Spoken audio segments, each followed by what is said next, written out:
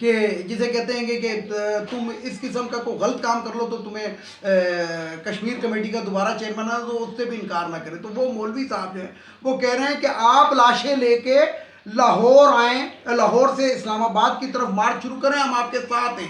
اس بغیرت انسان کو, یہ جو مولوی ہے جو پاکستان کا شرف پسند مولوی ہے, اس کو کوئی یہ بتائے کہ لاشوں کی سیاست کہتے کس کو, اور لاشوں کی سیاست تم کرنا کیوں چاہتے. لیکن پھر وہی والی بات کرتا ہوں کہ جس طرح ان کا وہ رنگ ہے نا ان کے جھنڈے کا, وہ کالا اور سفید, اس کا مطلب یہ ہے کہ کالا اور سفید کا مطلب یہی ہے گا کہ ان کے دل کالے ہیں اور یہ اوپر سے سفید ہے. تو ان کا مطلب ہی ہے. جس طریقے سے نون لیگ در پردہ اس کے اندر پیٹرول کا کام کر رہی ہے, اور یہ جتنے بھی شر پسند عناصر ہیں جنہوں نے املاک کو نقصان پہنچایا, یہ ایک سوچی سمجھی سازش انڈیا کا کھیل کھیلا جا رہا ہے پاکستان کے اندر. کیونکہ انڈین میڈیا جتنا اس کو ابھار رہا ہے اتنا پاکستانی میڈیا وہ نہیں کر رہا. اور کس کے کہنے کے اوپر ہو رہا ہے؟ صرف عمران خان کی حکومت کو ڈی سٹیبل کرنے کے لیے. آپ ان کی ٹائمنگ دیکھیں ویورز, ٹائمنگ دیکھیں. ٹائمنگ کیا آئے گی کہ پہلے پی ڈی ایم بنائی گئی, جب پی ڈی ایم ناکام ہو گئی اور جب اس میں پھٹا پڑ گیا اور مریم جو تھی وہ جا کے جناب روپوش ہو گئی, تو اس کے بعد ایک جناب جہانگیر ترین کا قصہ ابھارا گیا. اور جہانگیر ترین کا قصہ بھی وہ حل ہو رہا تھا, اس کے اندر کچھ لوگ پڑ گئے اور افہام و تفہیم کرا رہے تھے اور کچھ بیک ڈور, تو اس کے بعد یہ فتنہ ابھارا گیا. رسول پاک صلی اللہ علیہ وسلم کی حرمت سے کون انکار کرتا ہے؟ تو ذرا ان لوگوں کے گریبان تو پکڑو, اسی مولانا فضل الرحمان کا گریبان تو پکڑو, تحریک لبیک والوں, جس نے اس قانون کے اوپر دستخط کیے تھے نواز شریف کے دور کے اندر. لیکن وہ آپ کو یاد نہیں آ رہا, وہ آپ کو یاد نہیں آ رہا. اور اس دین فروش مولوی کا یہ وہ بھیانک چہرہ آپ لوگوں کو بالکل سارے مولوی ایک جگہ پہ جمع ہو گئے. کل مولوی منیب الرحمان کی سربراہی میں سارے ایک جگہ پہ جمع ہو گئے, اور 45 بندوں کے وہ نام گنوا رہا تھا اور اعلان کر رہا تھا کہ پورا ملک کے اندر ہڑتال ہوگی. کیا مولوی صاحب کی عظیم و شان جناب اعلان تھا. اعلان تو یہ ہونا چاہیے تھا کہ ہم تمام جمع ہو کر ان کے پاس جائیں اور ان کو جا کے کہیں کہ جناب آپ بھی بات کو ختم کریں, اور حکومت کو کہا جائے کہ آپ بھی بات کو ختم کریں. لیکن نہیں, پیٹرول ڈالنے کا کام مولوی منیب الرحمان, مولانا فضل الرحمان, اشرف تھانوی, یہ جتنے بھی ہیں جو دین فروش ہیں, جنہوں نے چہرے کے اوپر جناب سنت رسول رکھی ہوئی ہے لیکن بیچ میں کام وہ شیطانوں والا کر رہے ہیں, وہ اپنا کام بھرپور طریقے سے ادا کر رہے ہیں.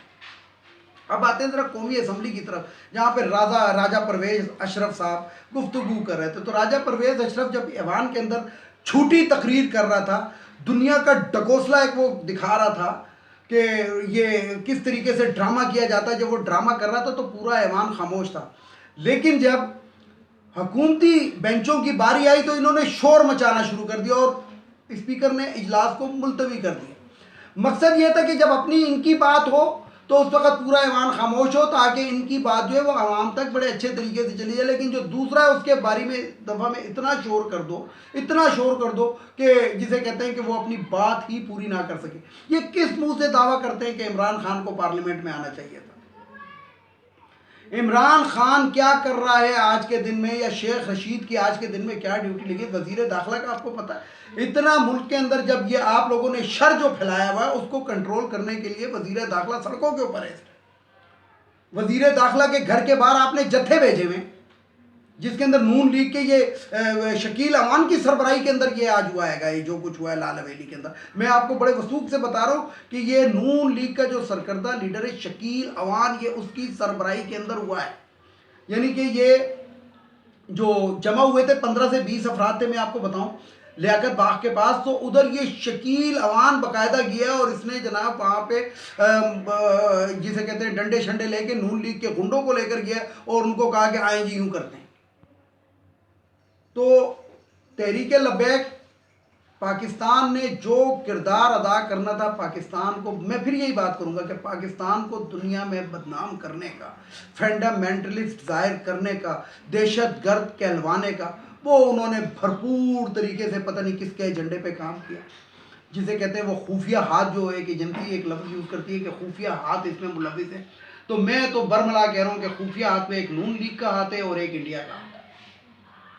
کیونکہ بھرپور طریقے سے انڈیا اس کو کوریج دے رہا ہے، انڈیا کا پورا میڈیا اس کو کوریج دے رہا ہے، اور کس لیے دے رہا ہے وہ آپ کو بھی معلوم ہے، یعنی کہ پاکستان کے اندر خانہ جنگی کرانے کے لیے یہ مولوی حضرات اس ٹائم ایک سائٹ پر ہوتا ہے، اس کے اندر نہ شیعہ ہے، نہ سنی ہے، نہ بریلوی ہے، نہ دیوبندی ہے، یہ سارے کے سارے ایک پلیٹ فارم پہ ہو کے بیٹھ گئے۔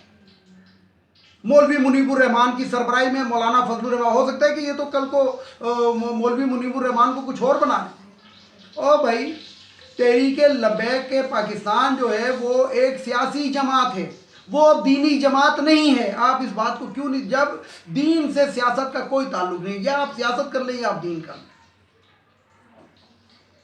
سیاست کے اندر دین استعمال نہیں ہوتا کہ آپ جناب سڑکوں کے اوپر نکل رہے ہیں، آپ لوگوں کو مار رہے ہیں، آپ پولیس والوں کو مار رہے ہیں، آپ عوام کو مار رہے ہیں، آپ عوام کو گزرنے نہیں دے رہے ہیں، آپ سڑکیں بلاک کر رہے ہیں، آپ ایمبولینسوں کو توڑ رہے ہیں۔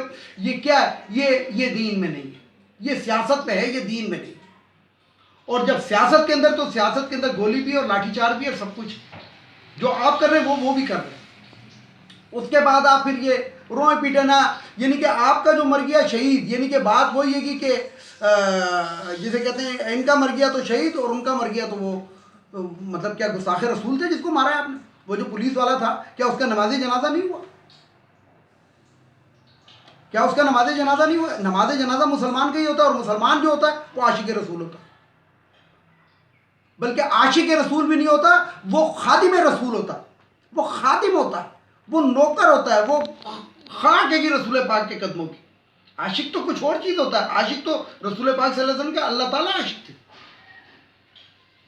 تو یہ الٹی سمت کو جو اس ٹائم گنگا بہی ہے، یہ جو ہے پاکستان کی تاریخ کے اندر لکھا جائے گا کہ ایک وزیر اعظم آیا تھا جو ملک کو چوروں، اچکوں، کرپٹ ڈکیتوں سے پاک کرنا چاہتا تھا۔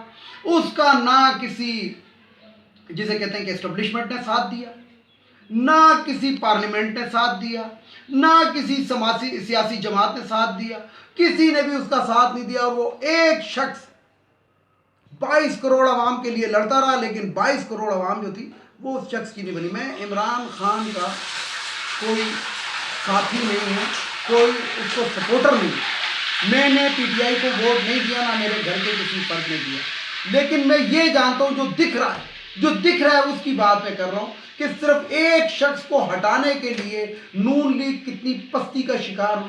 یعنی کہ وہ نون لیگ جو پیپلز پارٹی کو کہتی تھی ہم سڑکوں پہ گھسیٹیں دیں گے، وہی مریم نواز بھٹو کے مزار پہ جا کے ماتھا ٹیک کر آئیے۔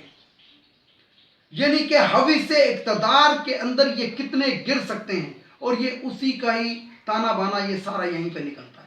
ٹائمنگ ان کی دیکھیں، میں نے پھر وہی والی بات ایک لفظ پہلے استعمال کیا کہ ٹائمنگ دیکھیں کہ ایک کے بعد ایک، ایک کے بعد ایک، ایک کے بعد ایک فتنہ سر اٹھا رہا ہے۔ کس لیے اٹھا رہا ہے؟ صرف بغض عمران کے اندر کہ یہ ایک ملک کو صحیح سمت پہ لے کے جا رہا ہے، تو اس کو کسی طریقے سے وہ کر دیا جائے۔ ویڈیو کو لائک کریں، شیئر کریں، سبسکرائب کریں، بیل آئیکن کے بٹن کو ضرور دبائیں تاکہ میری نیکسٹ ویڈیو آپ کو مل سکے۔